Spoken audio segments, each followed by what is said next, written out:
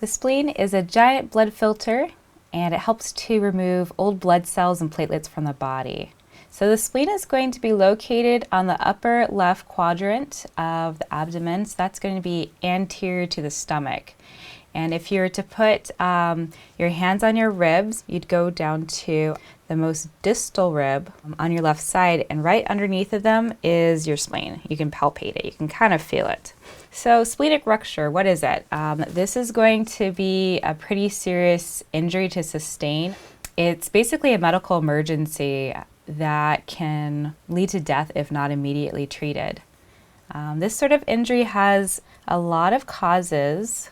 The first would be blunt force trauma. So if you get tackled during football in just a wrong way, or maybe you sustain a powerful blow to the abdomen during a UFC fight, it could lead to that. Also car crashes, bicycle accidents, domestic abuse, these are all blunt force traumas that can result in this sort of injury.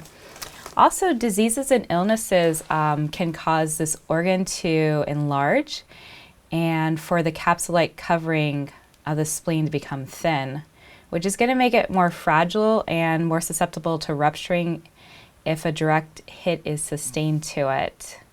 And different diseases that can cause this organ to enlarge would be malaria, infectious mononucleosis, and different liver diseases like cirrhosis and cystic fibrosis, and also lymphoma. So common signs and symptoms of a ruptured spleen would be pain to the upper left quadrant. It should feel tender to touch and yet very painful inside. You also feel lightheaded, have blurry vision, be confused or disoriented, might faint, and also have shock. So, watch for low blood pressure and rapid heart rate. These are all going to be classic signs, classic indications of having a ruptured spleen.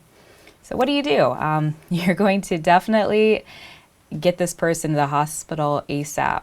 And the doctor will perform a physical exam, maybe using percussion and also palpating the abdomen to feel if it has a swollen, hard feel to it.